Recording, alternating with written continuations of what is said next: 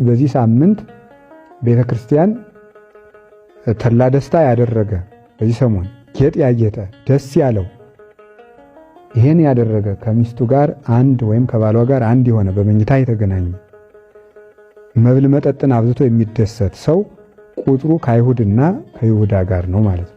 ሰሞኑን የክርስቶስን መከራ እያሰብን ቤተ ክርስቲያን ተግቶ በመዋል በማደር ቀንም ሌትም በ24 ሰዓት የሚነበብ ግብረ ሕማማት የሚባል መጽሐፍ አለ ከሊቃውንት የተሰበሰበ። ይህንን ግብረ ሕማማት በሕማማት የ6 ወር ጎዳና እንኳን ቢሆን ሂዶ ቢታጣ ሊሰሙት ይገባል። ግብረ ሕማማት ማለት የክርስቶስ የሕማማቱን ሥራ የሚናገር መጽሐፍ ማለት ነው። መጽሐፉም ሌላ አይደለም ከነቢያት ከሐዋርያት የነ ኢሳይያስ የነ ኢዮብ የነ ኤርምያስ የነቢያት የሐዋርያት መጽሐፍ ቅዱስ ሃይማኖተ አበው ሊቃውንት ሁሉ ያመሰጠሩት ትርጓሜ ሕማሙን የሚናገረው ተውጣቶ ሊቃውንት አባቶቻችን ሐዋርያት አባቶቻችን በዲድስቅልያ ከሰሩት ከሲኖዶሳቸው ከአዲስ ኪዳን ከብሉይ ኪዳን ከሊቃውንት መጽሐፍ ተውጣቶ የተዘጋጀ የክርስቶስን መከራ አንቀጹን የሚናገር መጽሐፍ ነው። ያንን ቁጭ ብሎ እየሰሙ ወሬ ሳያወሩ ሐሳብ ስጋዊ ነገርን ትቶ ስራ ሳይሰሩ ወደ ግል ስራ ሳያዘወትሩ በቤተ ክርስቲያን ተወስኖ መቆየት ይገባል። የሚቋረጥ ጸሎት የለም። መልክ ይደገማል። በዚህ ሳምንት አይደገምም የሚል መጽሐፍም የለም። ሰላምታ ጸሎትም ይደገማል። ለምን? መልክአ ሕማማቱ ራሱ ሰላምታ ነው።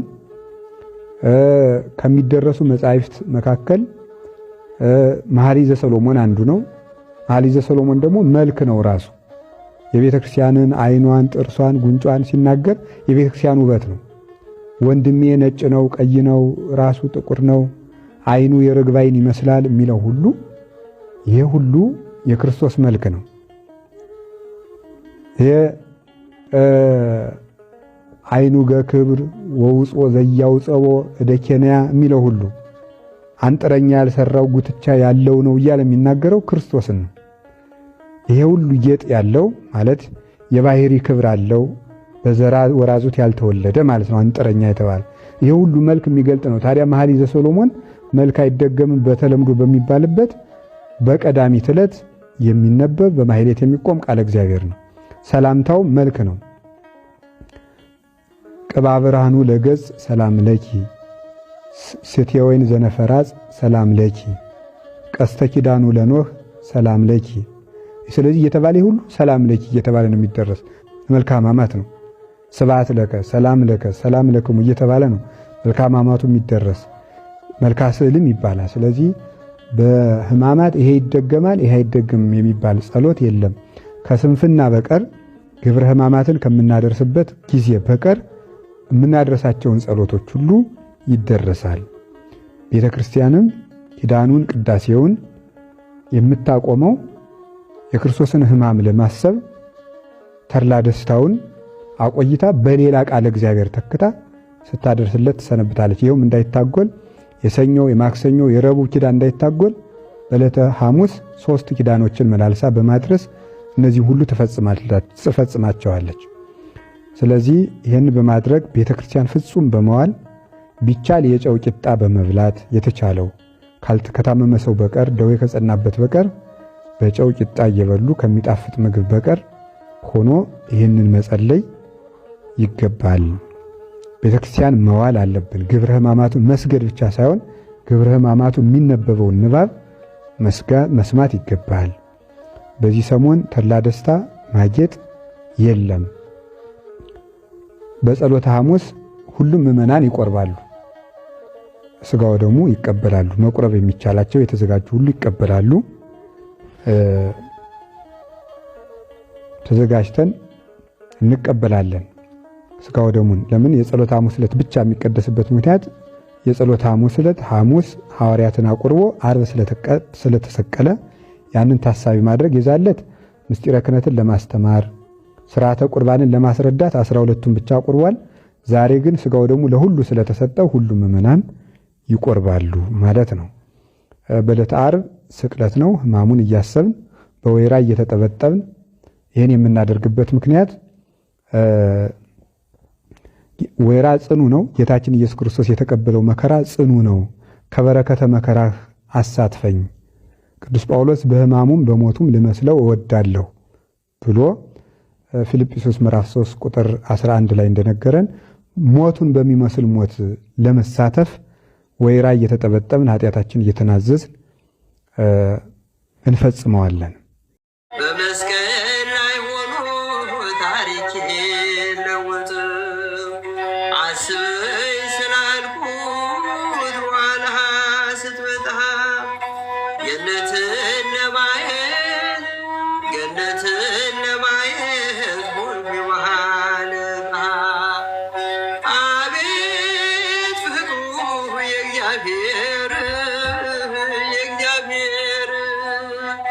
ግሩም ፍቅሩ የእግዚአብሔር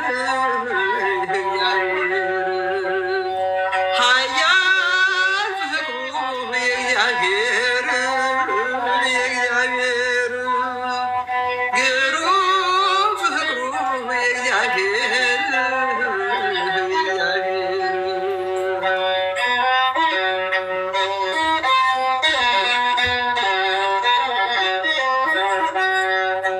አስበኝ ስላልኩት አሰበኝ ጌታዬ፣ ወንበዴ ነበርኩ ስርቆት ነው ሙያዬ።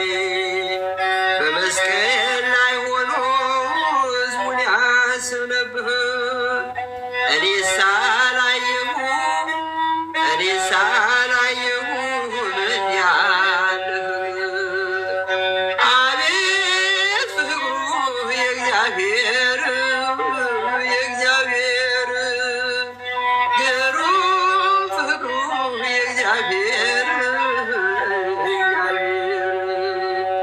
ኃያል ፍቅሩ የእግዚአብሔር አቤት ፍቅሩ የእግዚአብሔር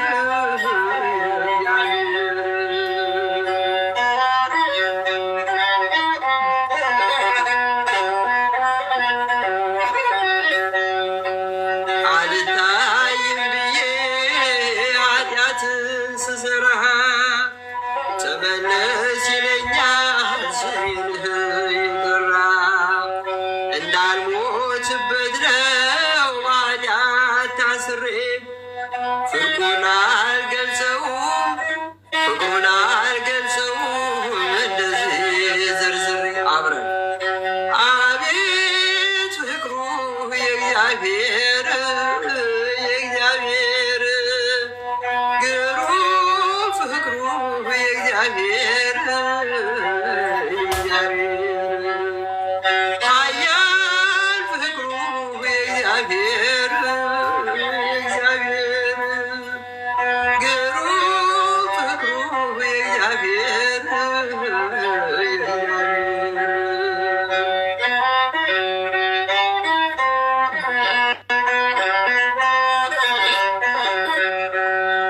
መከራ ሲከበኝ መጥቶ ያጽናናኛል፣ በሐዘኔም ጊዜ እግዚአብሔር ያዝናል።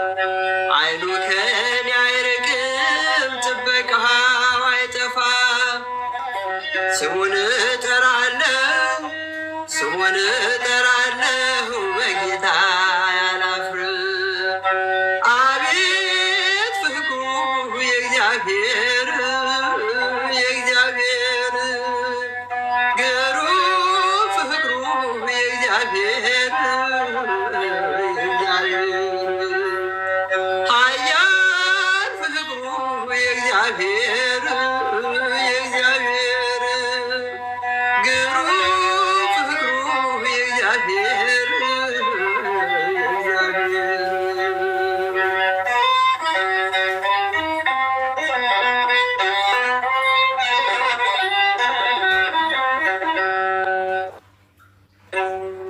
እንግዲህ የእግዚአብሔር ፍቅሩ ከግምት በላይ ነው እና በተለይ በደላችንን ኃጢአታችንን በማይመረመር ምስጢር ሲተውልን በጽኑ ፍቅሩ ሲተውልን በጣም የእግዚአብሔርን ፍቅር ሁልጊዜ እናያለን። አንድ በጣም የሚመስጠኝ የአባቶች አባባል አለ።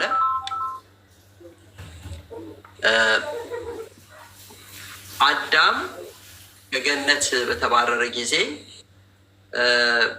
ምንድነው እንደዛ 100 ዓመት ሙሉ ሱባኤ ያስገባው ያስለቀሰው ምንድነው ብለው አባቶች ይጠይቁና ይመልሱ የገነትን ፍሬ የገነትን ተድላ ስላጣ ነው ወይ ከገነት ስለተባረረ ነው ወይ ያለቀሰው ያዘነው ይሉና አይደለም ፍቅረ እግዚአብሔርን ስላጣ ነው። ፍቅረ እግዚአብሔር ነው እንደዛ ያንገበገበው እና እግዚአብሔር እለት እለት ስሙን ይጠራው ነበር እግዚአብሔርን ያየው ነበር እና እንደውም በእግዚአብሔር አምሳል ነበር የተፈጠረው። አባቶች ሲናገሩ አዳም ድንቅ ሆኖ በመፈጠሩና እግዚአብሔርን ይመስላል ስለተባለ ከኢዮርና ከራማ መላእክት ወደ ገነት እየመጡ የአዳምን መልክ ሊጠግቡት ይመኙ ነበር። ምክንያቱም እግዚአብሔርን ይመስላል የእግዚአብሔርን መልክ ያዩ እየመሰላቸው የአዳምን መልክ ሊያዩት ሊጠግቡት ይመኙ ነበርና ከዛ ተድላ ወይም ከዛ ፍቅር የመላእክት ፍቅር የእግዚአብሔር ፍቅረ እግዚአብሔር ከዛ ስለተለየ ነው ይላሉ። እና አሁንም እዚህ መዝሙር ላይ ፍቅረ እግዚአብሔርን